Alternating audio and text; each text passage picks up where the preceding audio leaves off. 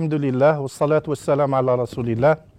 لنا الشرف اليوم أن نستقبل الأستاذ حفيظ أوراق، مدير العام للبحث العلمي والتطوير التكنولوجي والمؤسس لسلسلة اللقاءات تاع قاعدة سيونس التي بدأت منذ 2015. اليوم نلتقي في المركز العلمي في السيريست، ولنا الشرف أن يقدم لنا محاضرة تحت عنوان ذاكرة الماء. تفضل أستاذ. شكرا. بعد بسم الله الرحمن الرحيم والصلاة والسلام على أشرف المرسلين. السلام عليكم. Comme vous le savez, donc, je vais essayer aujourd'hui, à travers cette première qa'da du mois de Ramadan 2021, de présenter une conférence sur la mémoire de l'eau. إذن ذاكرة الماء. سأحاول أن أقدم هذه المحاضرة باللغتين، باللغة الفرنسية وباللغة العربية، لكي يكون أكثر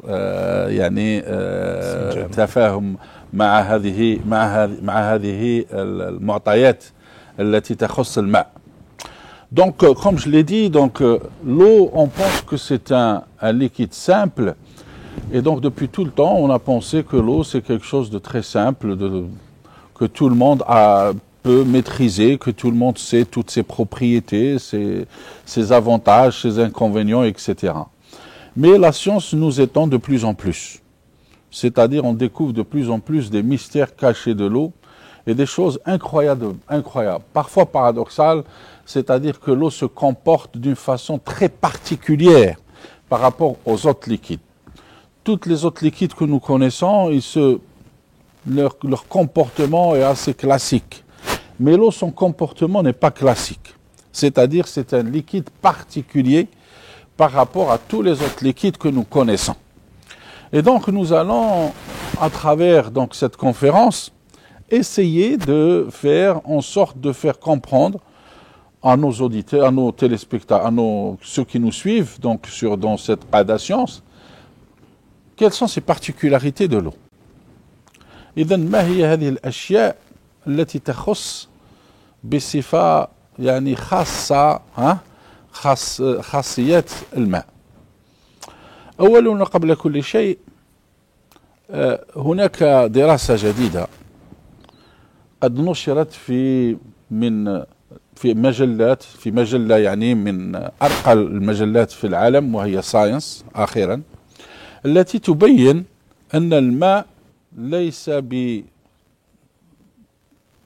بسائل بسيط، ولكن هو سائل معقد جدا، وأن الماء متكون في الحقيقة من سائلين، de deux liquides. L'eau est en fait représente deux liquides et non pas un seul liquide comme nous le pensons tous. Nous pensons que l'eau, quand nous le touchons, c'est un seul liquide.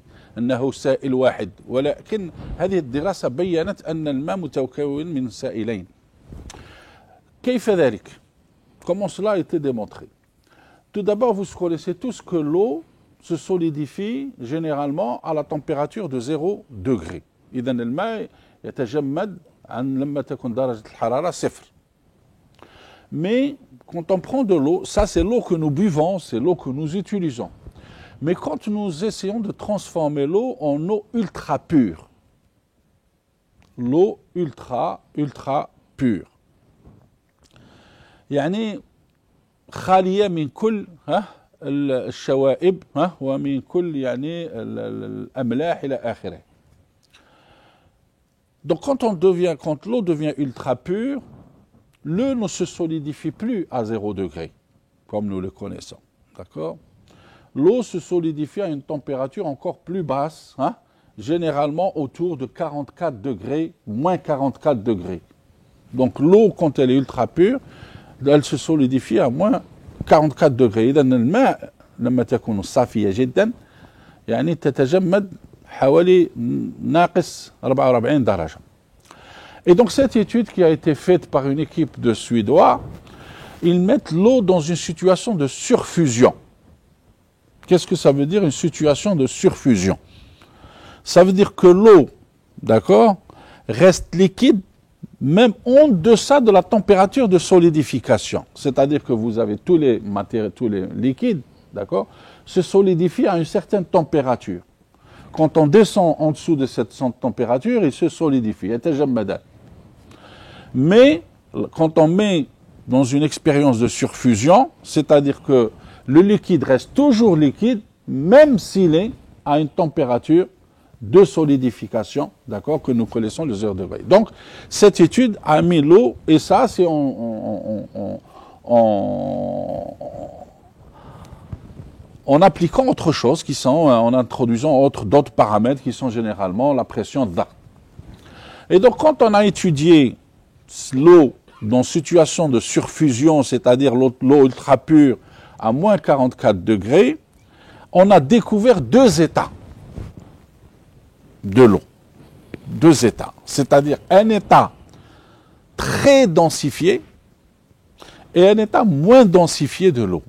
Ça veut dire que le comportement de la molécule d'eau, H2O, l'hydrogène et l'oxygène, ne se comporte pas de la même façon, d'accord, quand nous sommes dans cet état de l'eau ultra pure. Ceci induit quoi en fait? Ceci induit en fait parce que tout ça, la responsabilité, يعني المسؤولية هي لذرة الهيدروجين. Tout provient de l'hydrogène. C'est-à-dire que c'est l'hydrogène qui est responsable, d'accord, de cette caractéristique particulière de l'eau. C'est comment il se lie, d'accord, aux autres atomes d'hydrogène ou bien aux autres atomes d'oxygène. C'est-à-dire que quand on prend la molécule de l'eau, H2O, c'est la molécule la plus simple qui a été découverte par Linus Pauling, prix Nobel de chimie, en 1908. Mais quand la molécule d'hydrogène se lie entre eux pour former donc le liquide, l'eau, c'est là où c'est incompréhensible jusqu'à aujourd'hui comment se font les liaisons et comment se forme ce liquide-là. Et donc la forme aujourd'hui de liaison de l'hydrogène, d'accord, et le glissement de ces molécules d'hydrogène l'une par rapport à l'autre, c'est ça qui induit généralement, c'est ce que cette notion de deux liquides, l'eau est composée de deux liquides simples. Ça veut dire que l'eau, d'accord, est un liquide complexe formé de deux liquides simples. إذن الماء هو سائل معقد ولكن متكون من سائلين بسيطين وهما سائل ألف وسائل باء.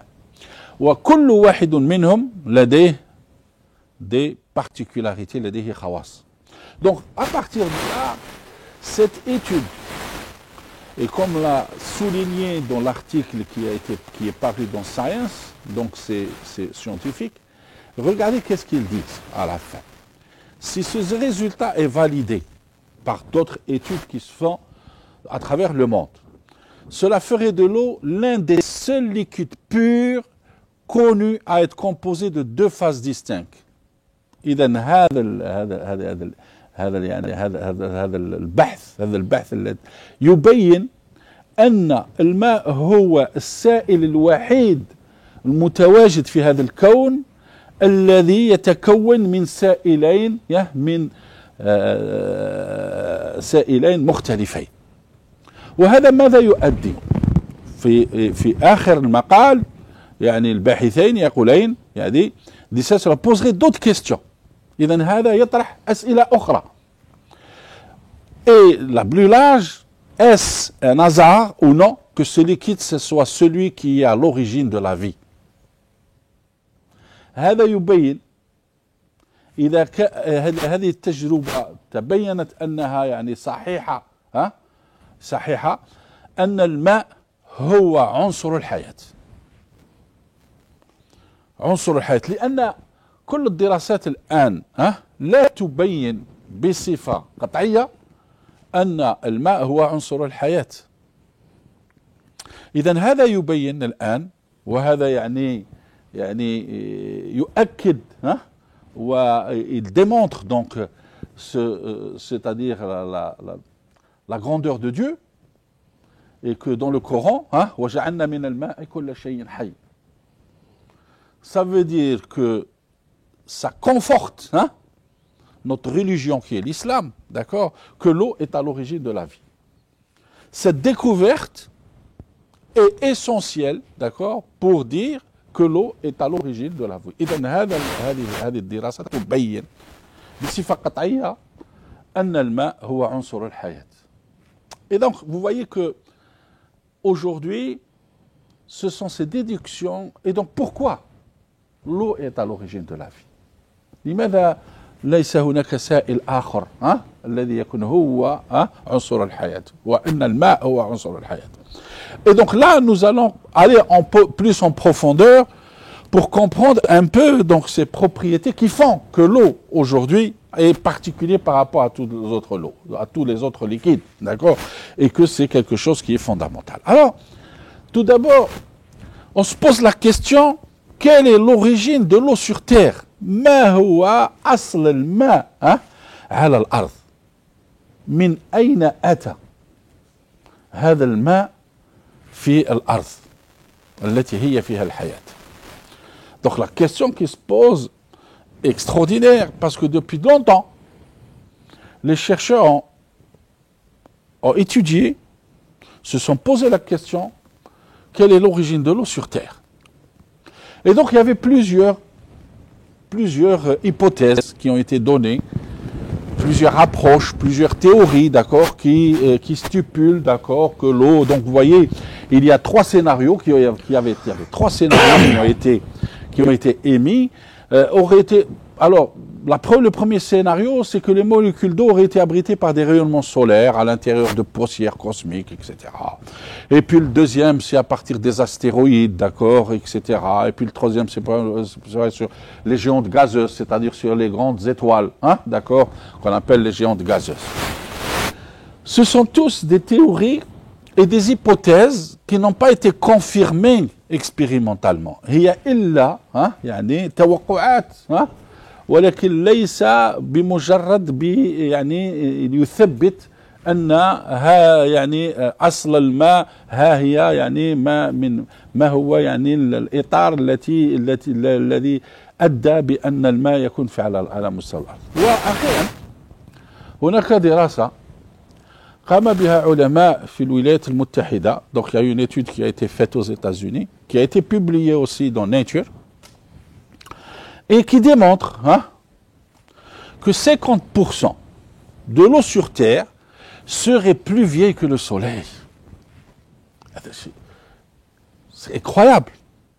Alors qu'on pensait que le système solaire, d'accord, c'est le solaire, donc quand le système solaire c'est constitué, d'accord, donc c'est normal que c'est la plus grande étoile, c'est le Soleil, et ensuite c'est les autres planètes qui se sont formées pour former le système solaire. Donc ça veut dire que la Terre, d'accord, que l'eau qui est sur la Terre est plus vieux que le Soleil. Ça veut dire que la Terre, d'accord, a une origine plus vieille que le Soleil. Ça, et donc ça veut dire quoi? Ça veut dire que la Terre, la vie, nous, tout ce que Dieu a créé, c'est à partir de l'eau. Et c'est pour ça que Dieu dit كان عرشه على الماء. Son trône était sur l'eau. Et donc cette étude, comme je vous l'ai dit, parue en 2014 dans la revue Science, c'est une importante façon. Donc ce que ça veut dire? Ça veut dire qu'une partie de l'eau sur Terre, un peu plus de 50%, écrivent les chercheurs de la revue Science, provient de la glace présente dans le milieu interstellaire avant que le Soleil ne se forme.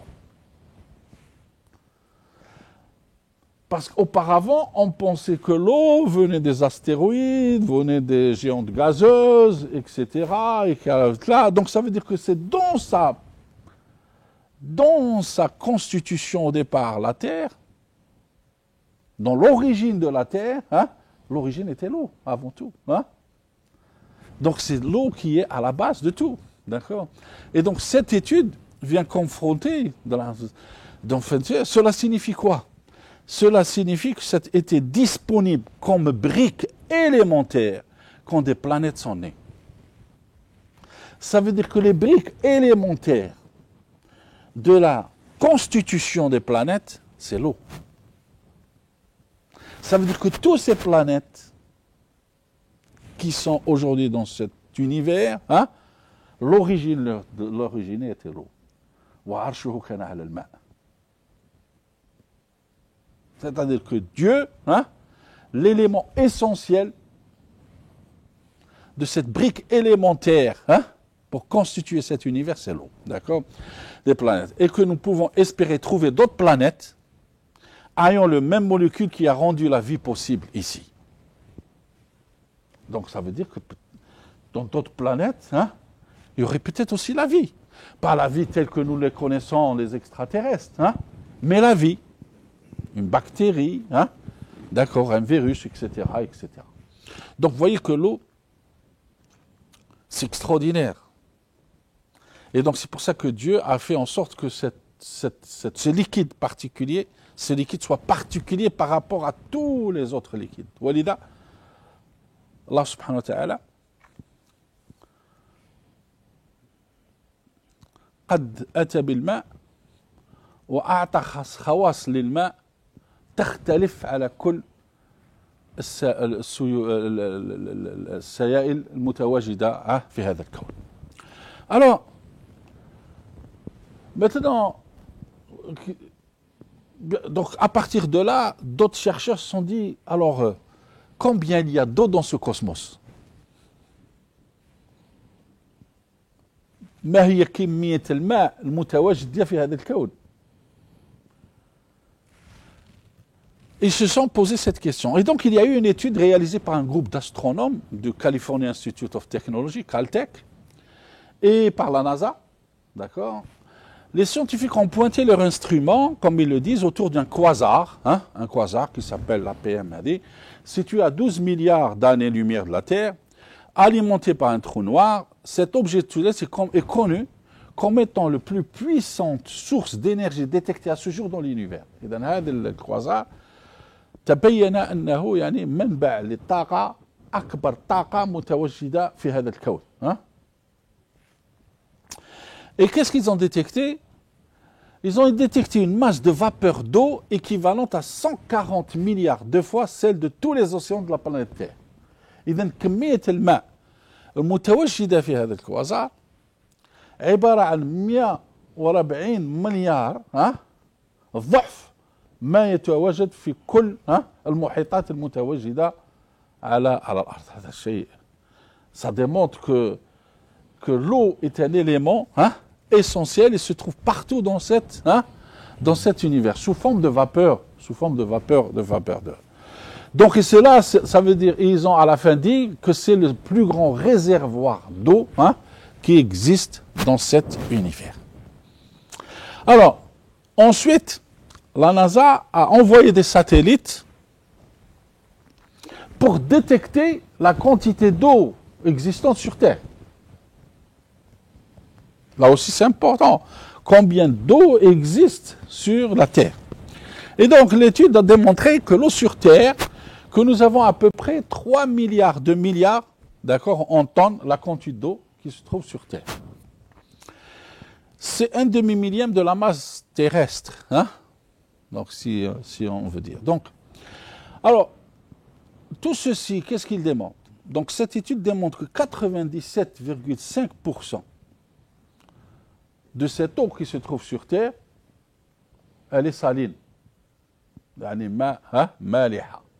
97,5% de cette eau, elle est saline. Alors, ça veut dire que combien il y a de l'eau douce? Il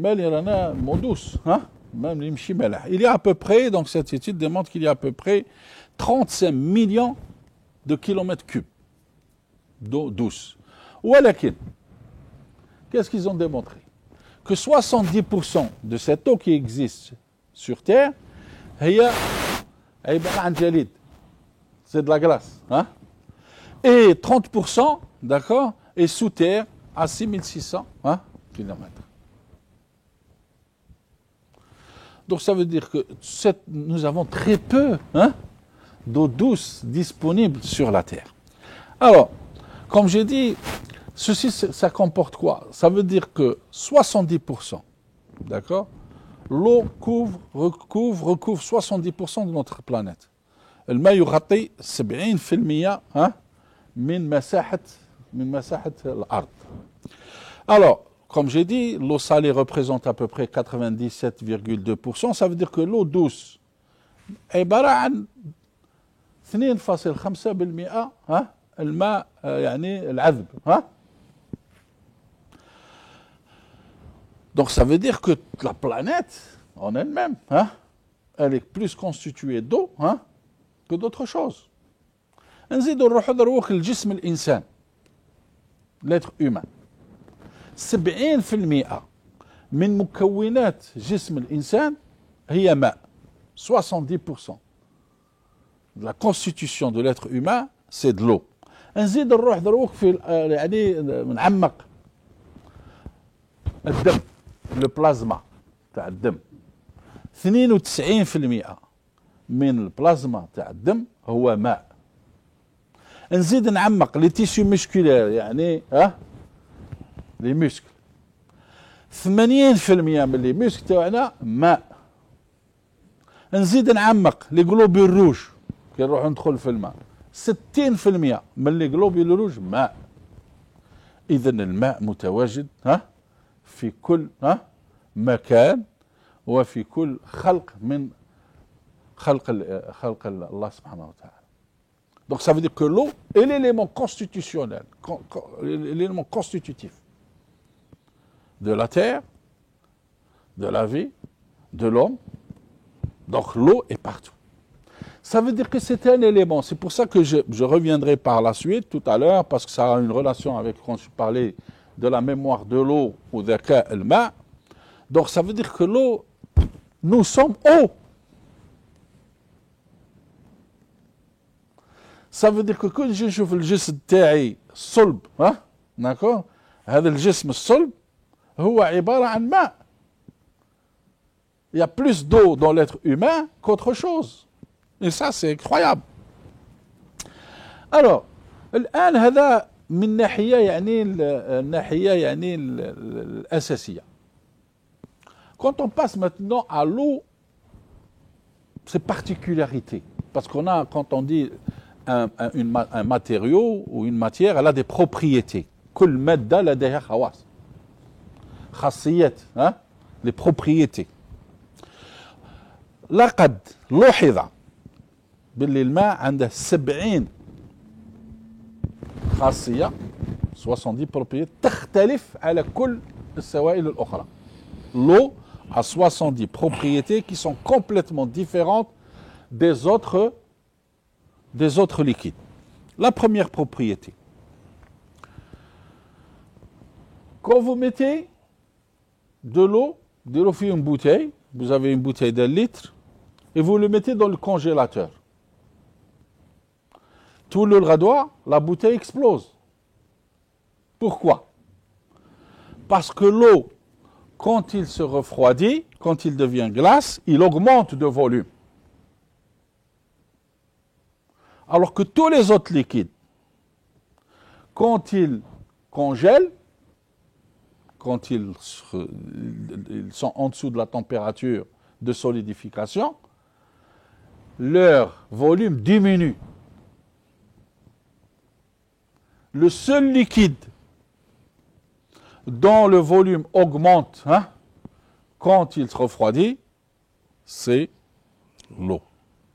Ça veut dire que la densité de l'eau, parce que la masse reste la même, mais le volume augmente. Et qu'est-ce que ça veut dire la densité? C'est la masse sur le volume. Donc ça veut dire que la densité, qu'est-ce qu'elle fait? Elle diminue. Donc ça veut dire كثافة الماء تنقص لما الماء يتجمد. وهذا الشيء يعني ما نسميه les miracles de Dieu.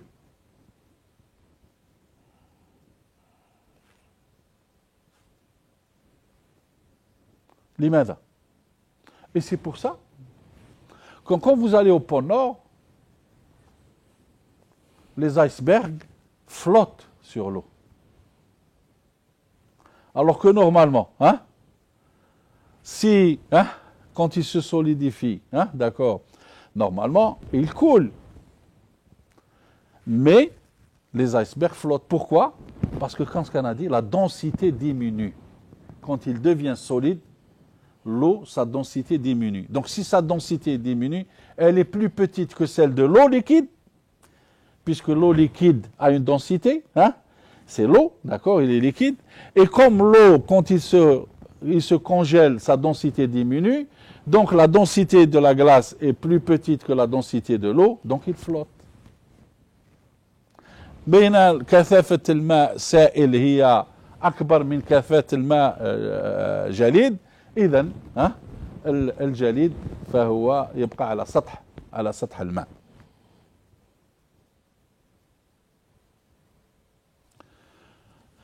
Et ça veut dire quoi? Ça veut dire que l'eau, hein, d'accord, elle est plus légère. Si on veut dire, hein? ولكن هذا الشيء, c'est la chose la plus importante dans ça. Qu'est-ce que ça veut dire? Elle induit quoi? Ça veut dire que l'eau, et c'est ça qui est important, vous vous êtes posé la question, qui fait? Comment? Pourquoi? L'eau gèle à la surface, d'accord? Et elle ne gèle pas en profondeur. L'eau ne gèle pas en profondeur. Donc, c'est pas normal. Si l'eau gèle en surface, elle doit geler aussi, hein, en profondeur. Donc, cette particularité de l'eau, ça veut dire que la pression, hein, et la température jouent un rôle important dans la solidification de l'eau. Et donc, ça veut dire que l'eau, si l'eau venait à geler, qu'est-ce que ça veut dire à l'intérieur des océans? Il n'y aurait plus de vie. Les poissons mourront, hein? Les planctons mourront. Mais Dieu a donné cette propriété à l'eau pour que la vie continue. Même si l'eau, elle est gelée, hein, à l'extérieur, elle ne pourra jamais être gelée à l'intérieur, parce que si c'était un autre liquide, elle gèlerait aussi à l'intérieur et la vie disparaîtrait. C'est un miracle de Dieu. Que cette eau, ce liquide, hein, fait en sorte que la vie continue et perpétuelle. Et donc, quelles que soient les saisons, et les saisons inversées, quand c'est l'été, hein, il fait chaud en haut, il fait froid en bas. Hein, et quand c'est l'hiver, il fait froid, hein, en haut et il fait chaud en bas. Et la vie continue. Et donc, il y a une régulation, hein, de la température des océans de façon naturelle. Et donc ça, c'est une particularité de l'eau. Deuxième chose de cette particularité de l'eau. Les gens pensent, par exemple, j'ai deux tasses d'eau, une tasse d'eau, elle est à 15 degrés par exemple, et j'ai une tasse d'eau que j'ai chauffée sur le feu. La température elle est 80 degrés. Et je l'ai mis au frigo. De façon spontanée et naturelle, qu'est-ce que je vais dire? Celle qui est à 15 degrés va refroidir plus vite que celle qui est à 80 degrés. Puisque le khal a hamia bzaf, hein? Mais c'est l'inverse. Plus l'eau est chaude et vous la mettez dans le frigo, plus elle va faire de la glace plus rapidement que l'eau qui est fraîche. Donc, si vous voulez avoir de la glace rapidement, chauffez de l'eau et mettez-les dans le congélateur. C'est pas l'inverse, hein? Et ça, c'est une propriété aussi particulière de l'eau. D'accord? Particulière, c'est une propriété particulière. Deuxièmement, la température d'ébullition de l'eau. La température d'ébullition de l'eau, c'est 100 degrés. À 100 degrés, l'eau commence à bouillir. Mais qu'est-ce qu'elle a remarqué? Que plus on monte en altitude, supposons اليوم راني هنا وغدوة راني في شريعة ودرت الماء يحمى في شريعة أبا في شريعة il va bouillir à 97 degrés il va pas bouillir à 100 degrés. L'altitude, ça veut dire il fait plus froid. Plus je vais monter, il fait plus froid. Hein? Plus à l'extérieur, il fait plus froid. Hein? Plus l'eau va chauffer plus rapidement. Ça, c'est des particularités. C'est des particularités de l'eau. Deuxièmement, d'autres particularités. Vous avez remarqué que quand vous mettez l'eau sur un tatbakh, في الماء, تبدو تشوفوا des bulles qui commencent à se former. تشوفوا des bulles hein, qui commencent à se former hein, avant qu'elles commencent à bouillir. تشوفوا تبدا من تحت des bulles. Vous êtes posé la question, c'est quoi ces bulles?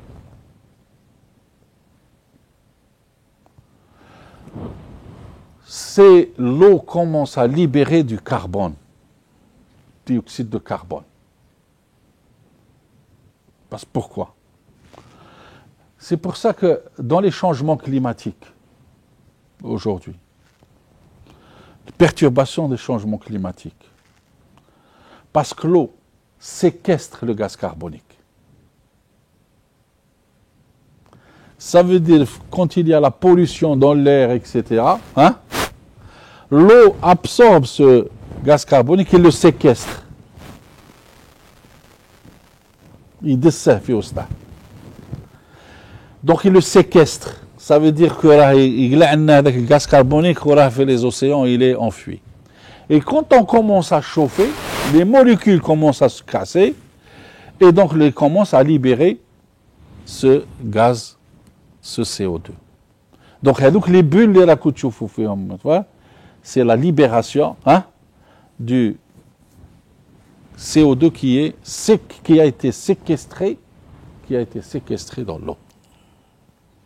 Ça aussi, ça va vous rappeler des choses tout à l'heure quand je vais parler de la mémoire de l'eau. Hein? Ça veut dire que l'eau a une capacité de séquestrer des choses. Hein? Donc voilà un peu des particularités que je voulais dire par rapport à cela. Donc ceci, voilà.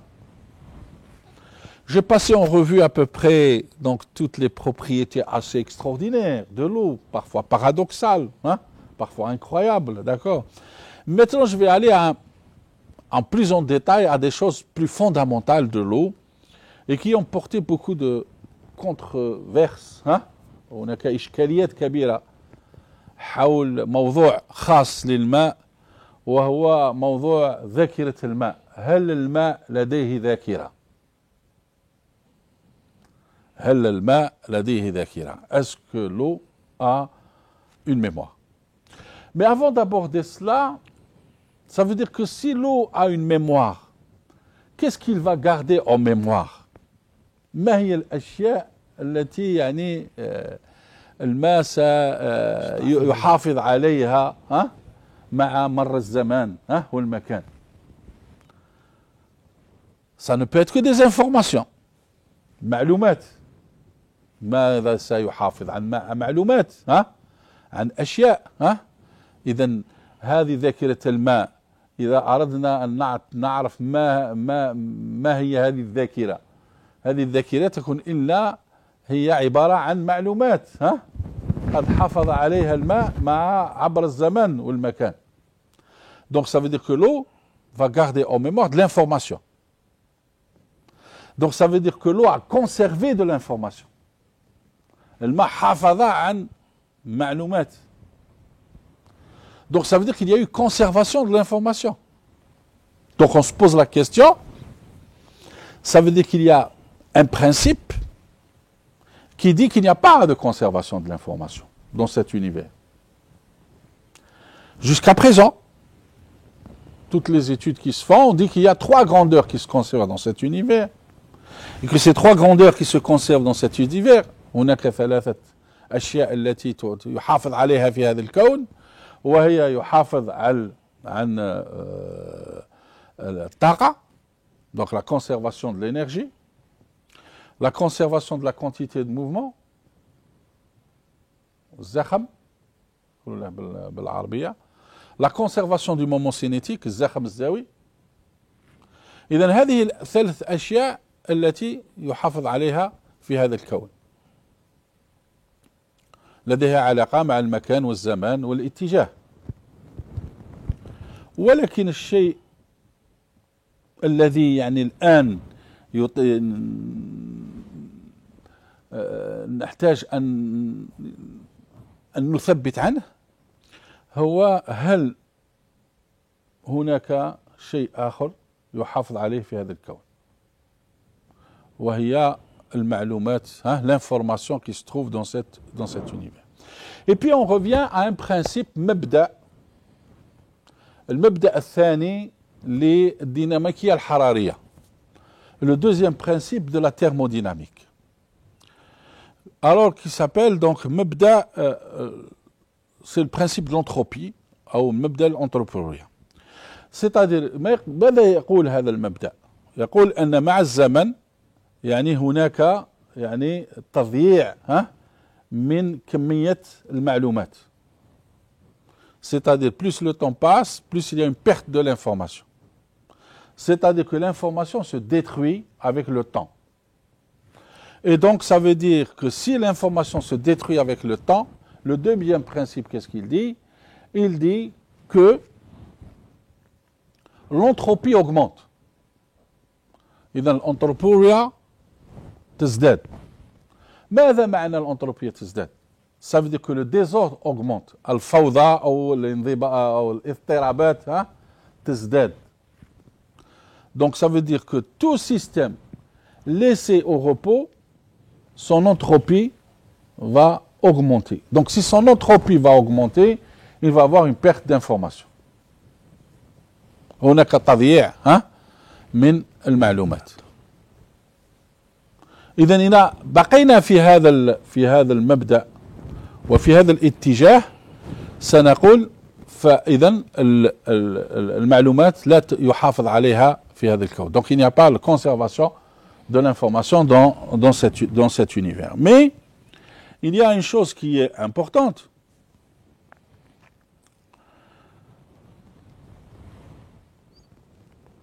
Il y a un paradoxe, هنا تناقض. D'une part, il y a une perte d'information dans cet univers, mais d'autre part, dans un être humain, il y a la perpétuité de l'être humain, génération après génération. L'information ne se perd pas. Puisque quand il y a une cellule, quand il y a une fécondation, il y a une cellule qui se forme, et un être humain qui se forme, ils prennent de l'information des deux parents pour former un nouveau-né. Et donc ce patrimoine génétique est transmis à l'enfant. Donc ça veut dire que l'information initiale, elle a été transmise à un être qui vient plus tard. Donc ça veut dire que là, il n'y a pas de perte d'information dans la vie. Dans l'univers, il y a une perte d'information, mais dans l'évolution de la vie, il n'y a pas de perte d'information. Sinon, la vie irait vers un désordre total. Donc ça veut dire que dans la vie, l'entropie n'augmente pas, mais l'entropie, soit elle est stable, soit elle diminue. Donc, et ça, c'est quelque chose, ça veut dire quoi? Ça revient à la complexité de l'organisation de l'être, de la vie. إذن هي يعني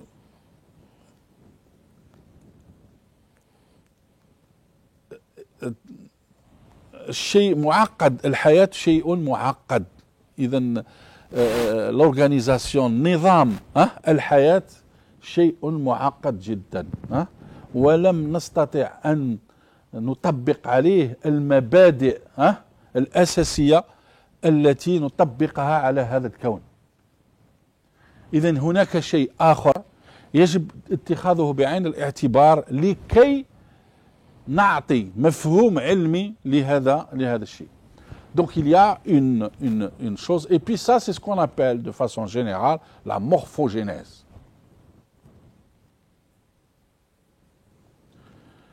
Que dans l'évolution, l'information ne se détruit pas.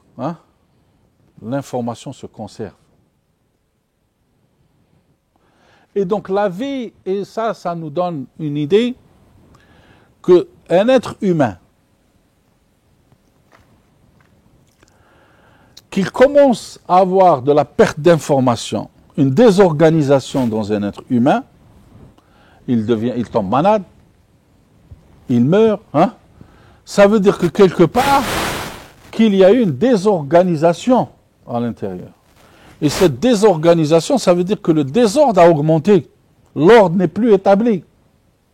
Ça veut dire que l'entropie a augmenté. Et qu'est-ce qui a fait que cette entropie a augmenté? Ça veut dire qu'il n'y a pas eu la conservation de l'information. Ça veut dire que l'information n'a pas été transmise de façon correcte, hein, d'une génération à une autre génération. Alors que l'être humain, c'est une perpétuelle division cellulaire. Il y a des cellules qui naissent, il y a des cellules qui meurent, hein, mais avant que la cellule ne meure, la cellule qui est vivante, elle transmet le patrimoine, hein, génétique à la nouvelle cellule qui se forme. Donc, qu'est-ce qui va se passer à un moment donné? L'information, quand il y a cette division cellulaire, n'est pas transmise correctement. Donc, si l'information n'est pas transmise correctement, qu'est-ce que ça veut dire? Ça veut dire que la cellule qui s'est formée ne porte pas la même information initiale qu'au départ. Donc, ça induit des perturbations et un désordre dans l'être humain. C'est les cancers. Un cancer, c'est quoi? Ça veut dire qu'il y a une cellule, hein, qui ne s'est pas, hein, comportée de la même façon que la cellule saine qui était à l'origine. Et donc, plus l'information ne va pas se transmettre correctement, plus le corps humain ne va pas réagir de façon normale et on va tomber malade. Si on peut corriger l'information par un moyen extérieur, hein, on la corrige et on répare. Mais s'il n'y a pas un moyen de la corriger, l'information va se perdre de plus en plus et on va arriver à un désordre total et c'est la mort. Donc la mort n'est qu'une perte d'information initiale sur l'organisation de l'être humain. Donc ça, maintenant, ça répond à un moyen. Comment peut-on réparer cette information? Le problème se pose ainsi. Comment peut-on réparer l'information initiale? Où se trouve cette information initiale qui pourra réparer cette désorganisation? أين هي هذه المعلومات الأولية التي أعطت نظام في جسم الإنسان لكي أستطيع أن أصحح هذه الاختلالات التي تتواجد في جسم الإنسان؟ أين هي هذه المعلومات؟ هل هذه المعلومات محفوظة في مكان ما من جسم الإنسان؟ أين هي؟ فكثير من الباحثين يعتقدان أن هذه المعلومات محفوظة في الماء جسم الإنسان، في ماء جسم الإنسان. إذن الماء لديه ذاكرة لكل المعلومات المتجاوزة أصليا في جسم الإنسان. Donc ça veut dire qu'on pense aujourd'hui que ces informations initiales sont dans l'eau. Et donc l'eau porte en mémoire les informations initiales de l'être humain. C'est comme un ordinateur. Si vous allez enregistrer sur une clé USB sa configuration initiale, à tout moment, il a l'ordinateur comme en panne, vous allez reconfigurer avec la même reconfiguration, mais vous l'avez conservé quelque part et vous allez revoir cette information. Et donc la problématique aujourd'hui, comment est-il démontrable qu'aujourd'hui l'eau possède une mémoire? Et vous savez tous que aujourd'hui, par exemple, dans la médecine, quand un nouveau-né naît, normalement il est parfait. On découvre qu'il est malade, un peu plus, Plus tard, s'il est malade, s'il y a une désorganisation. Et qu'est-ce qu'on fait aujourd'hui, quand une femme met au jour un enfant, on lui prélève le cordon ombilical. Le cordon ombilical, on conserve ce cordon ombilical parce que le cordon ombilical renferme les cellules souches initiales de l'enfant. On حافظ على هذا le cordon ombilical dans des banques spéciales qu'on appelle les banques de conservation de souches des cordons ombilicaux. Quand l'enfant, par exemple, tombe malade, une maladie auto-immune, c'est-à-dire qui touche ses gènes, par exemple une leucémie, si son cordon ombilical a été conservé, son cordon ombilical, on enlève ces cellules souches et on les injecte dans la moelle épinière de cet enfant, il guérit. Ça veut dire pourquoi? Ça veut dire que l'information initiale qui était correcte au départ, elle est correcte. Il y a une organisation correcte. Donc quand avec le temps, j'étais une maladie, il y a une désorganisation de son corps, l'information ne s'est pas transmise, on peut la réparer parce qu'on a sauvegardé l'information initiale et cette information initiale se trouve dans le cordon ombilical.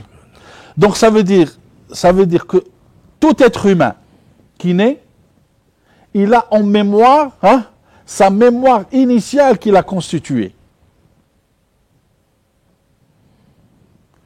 Elle est quelque part, elle reste quelque part en mémoire dans l'être humain. Et c'est ça la mémoire de l'eau.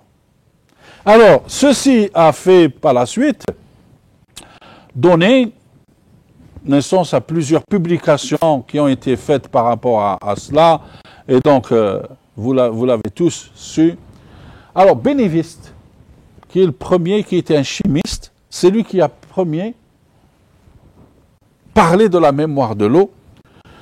Il a donc publié un article dans Nature, à l'époque, sur la dilution, sur les maladies allergiques. Il étudiait les allergies des enfants. Et donc, il a fait une étude, son coéquipier était un Algérien qui travaillait avec lui à Grenoble. Et donc, ils ont publié un article d'une étude qui démontre la mémoire de l'eau sur la dilution. C'est-à-dire des maladies allergiques, d'accord, ou c'est-à-dire que pour traiter ces maladies allergiques, on commençait à faire des dilutions pour prouver que l'eau pouvait conserver cette information. Il a publié sur Nature. L'article a été publié dans Nature, accepté par les pairs, etc. Ne voyez-vous pas que quelques mois après, c'est toute la communauté des scientifiques, chimistes, physiologistes, qui disent que celui-là est un charlatan. C'est pas possible que l'eau conserve l'information, qu'il a une mémoire. Et donc Nature a envoyé une commission d'experts vérifier chez Bénéviste, c'est l'expérience, mais il n'a pas trafiqué l'expérience. Ils ont refait 30 fois la même expérience. Sur les 30 fois qu'ils ont fait l'expérience, 15 fois elle était juste. 15 fois elle était fausse. On battait Jaboulah Maddox, le plus grand magicien des États-Unis.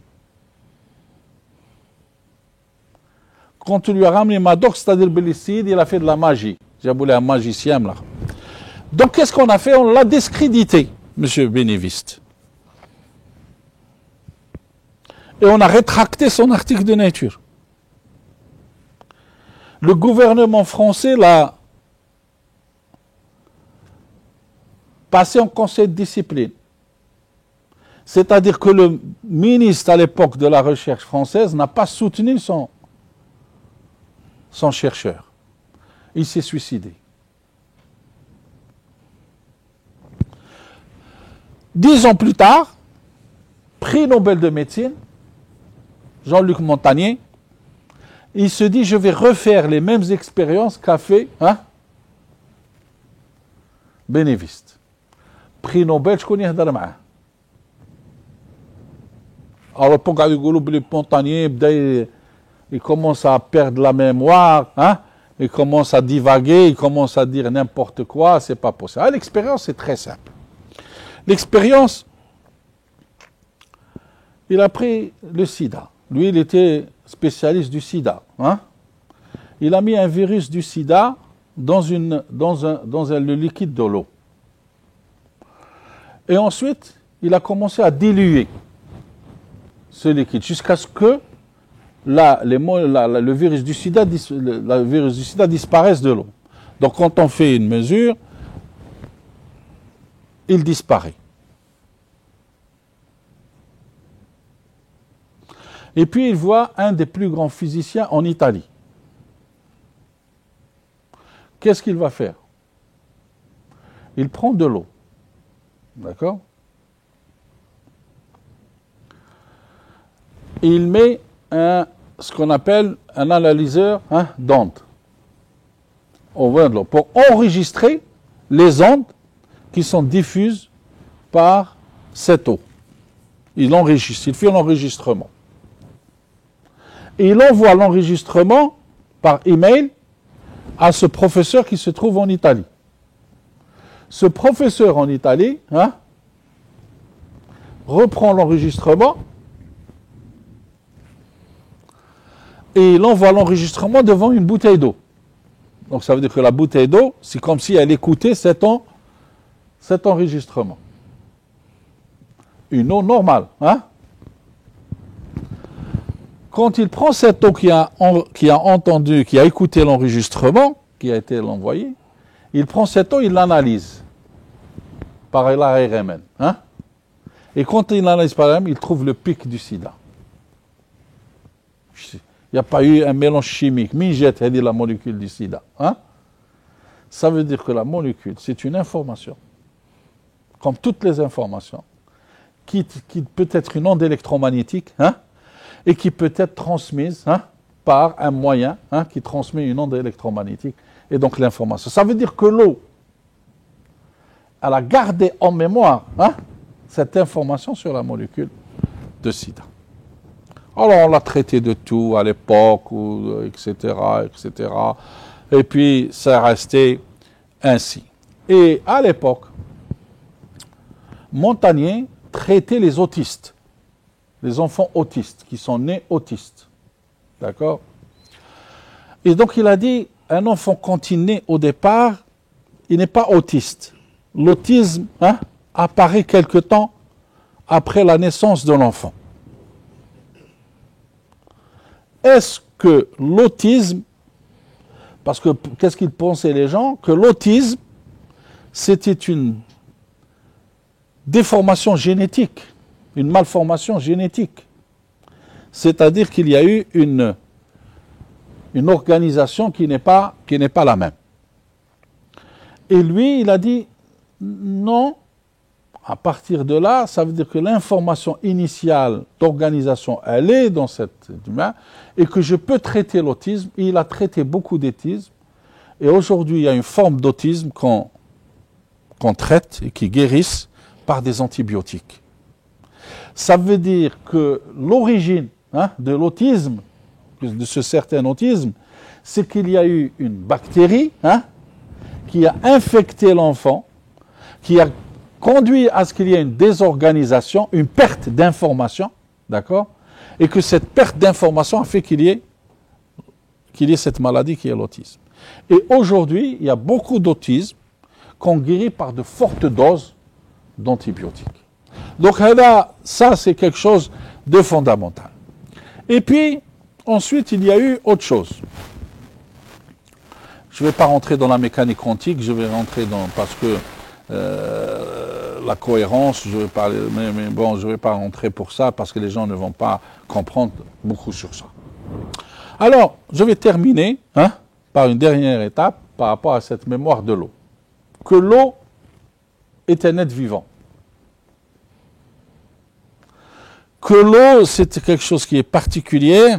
Si Dieu a fait que l'origine de la vie, c'est l'eau, que nous sommes entièrement faits de l'eau, et que Dieu, qui Arshuhu ala al-ma, hein, ça veut dire que tout cet univers est basé sur l'eau. Ça veut dire que l'eau, quelque part, est quelque chose qui est complètement différent. Ça peut être un être qui est complètement différent. Alors, il y a des expériences qui ont été faites par ce médecin japonais qui s'appelle Masaru Emoto. Masaru Emoto a étudié l'eau. Qu'est-ce qu'il fait? Il commence à solidifier l'eau. Il le met donc jusqu'à la température, presque à la température de solidification, il devient glace. Et quand il commence à devenir glace, quand vous regardez la neige par exemple ou la glace au microscope, vous allez voir des cristaux. Hein? Et chaque morceau de neige a une forme de cristal qui est complètement différente. Et donc vous voyez, regardez, ça c'est des cristaux d'eau. C'est-à-dire l'eau quand elle commence de l'être djemmed, hein, elle forme des cristaux. Et quand on les regarde au microscope, voilà les formes de cristaux que vous voyez ici. Qu'est-ce qu'il a fait? Il a pris un cristal, talma normal, il a fait écouter de la musique à l'eau. Écouter de la musique à l'eau. Quand il fait écouter de la musique, par exemple, un choufou à Mozart, il lui fait écouter une musique de Mozart. Regardez la forme du cristal, elle est belle. Hein? Quand on lui fait écouter, par exemple, une musique de John Lennon, regardez le cristal, il change de forme. Quand tu lui fais une musique d'al-hub, c'est-à-dire tout ce qui est autour de nous, hein? L'amour qu'on donne à des personnes. Regardez la beauté du cristal. Quand il lui fait par exemple, de l'eau, par exemple, il a pris une eau à un barrage. Chauffez la forme taha, la forme taha, elle n'est pas belle. Et quand il fait une prière hein, à cette eau, le microscope, elle prend une forme qui est très, très belle des cristaux. Ça veut dire que l'eau, il a des sensations. وهذا يذكركم بشيء مهم. Hein? J't'aille. Mazmzm. Hein? Non, خلينا mazmzm. Ça c'est une chose. Mazmzm c'est une chose, c'est-à-dire non, mais c'est pas حاجة. الرقية. Qu'est-ce qu'on fait في الرقية? Tu prends de l'eau, hein? وتقرأ عليه القرآن, hein? ومن بعد تعطيه للسيد يشربه. Ça veut dire que cette eau que vous allez donner à l'être humain, que vous avez liqratu fiha le Coran, hein, ce que l'eau a ressenti, il s'est restructuré. Et en se restructurant, il a fait une structure qui vous donne le bien-être dans votre corps. Donc ça veut dire que l'eau a des sensations. Parce qu'il dit ruqya, hein, là tu qara le Coran ala hadak al-ma. Donc quelle est l'utilité باش تقرا القرآن على الماء?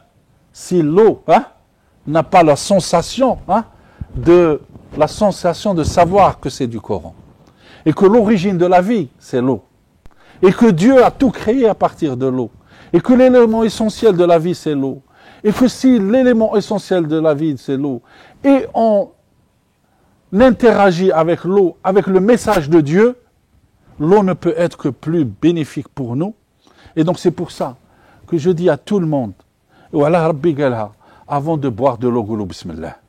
Parce qu'en disant bismillah à l'eau, vous lui donnez une structuration qui va vous donner du bien-être à l'eau, à vous, ou merci wa takum saha. Barakallahu fik, Ustad Awraq. Donc nous allons conclure cette belle conférence avec un message, Saha ftorkum, Saha Ramadankum, et à la prochaine séance, Inch'Allah. Inch'Allah. Ça.